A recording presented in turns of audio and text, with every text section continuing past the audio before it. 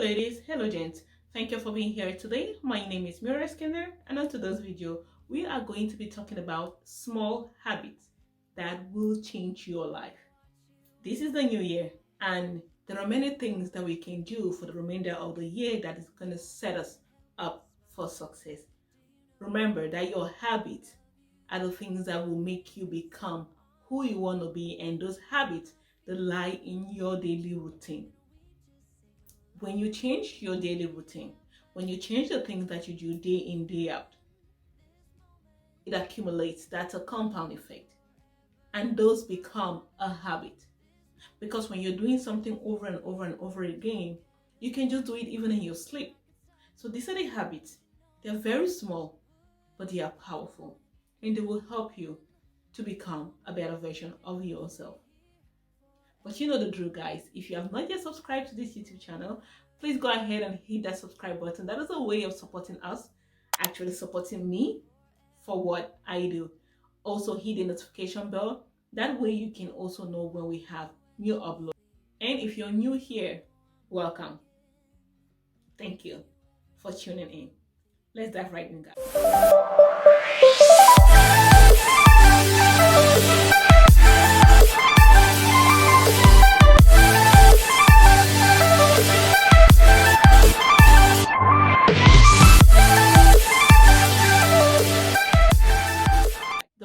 Habit is the habit of now. I call it the 5-minute rule.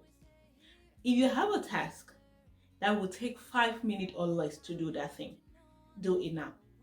Do not push it for the future. Do not procrastinate it, because if you say, okay, this is something that is very minute, this is something that will only take me 5 minutes, so I'm going to do it later, trust me, you end up not doing that thing. But if it is something that takes that little amount of time, do it in the beginning. Do it now. That way you can get it out of the way. And when you do something like that and get it out of the way, you have some sense of accomplishment. And that is going to boost your day, because you know that you're on the right track.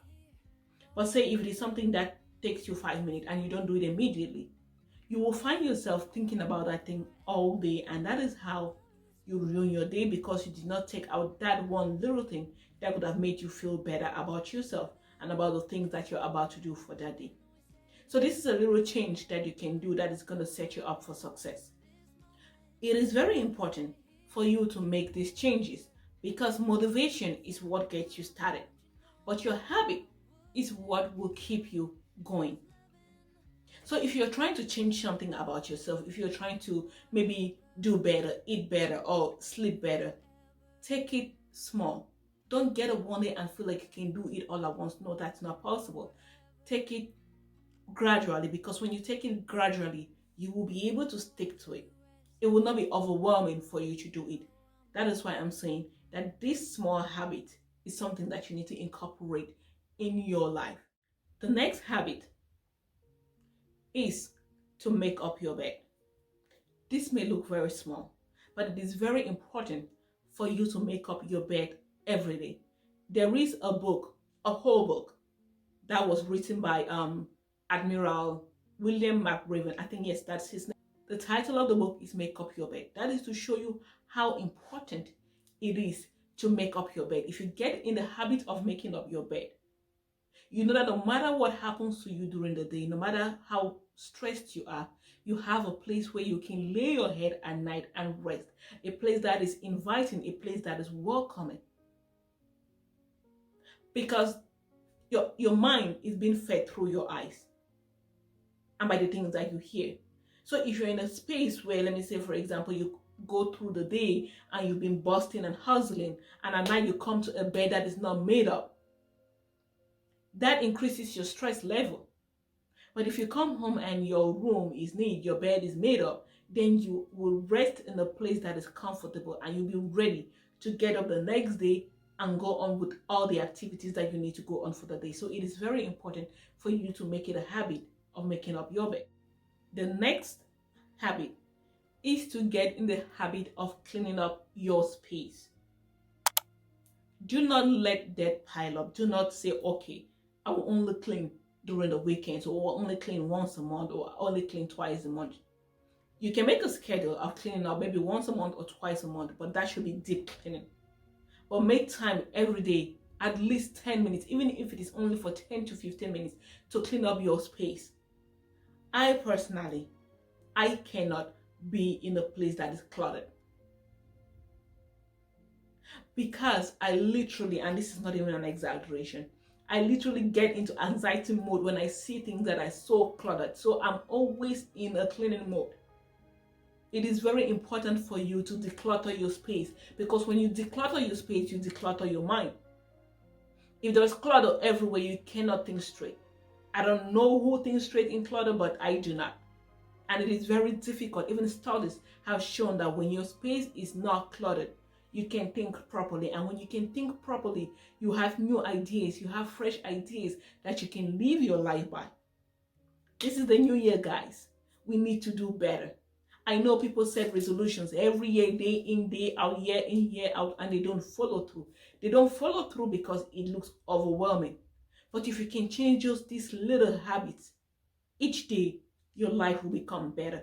Try it and let me know in the comment section. Because it is very important for you to do these things. They may seem minute, they may seem unimportant, but they are important. When my space is cluttered, it is very hard for me to be productive, because that's the only thing I think about all day until I get it done. And once I get it done, that's when I can do any other thing. The next thing is to learn how to practice gratitude. I cannot overemphasize this. Practicing gratitude is really, really important.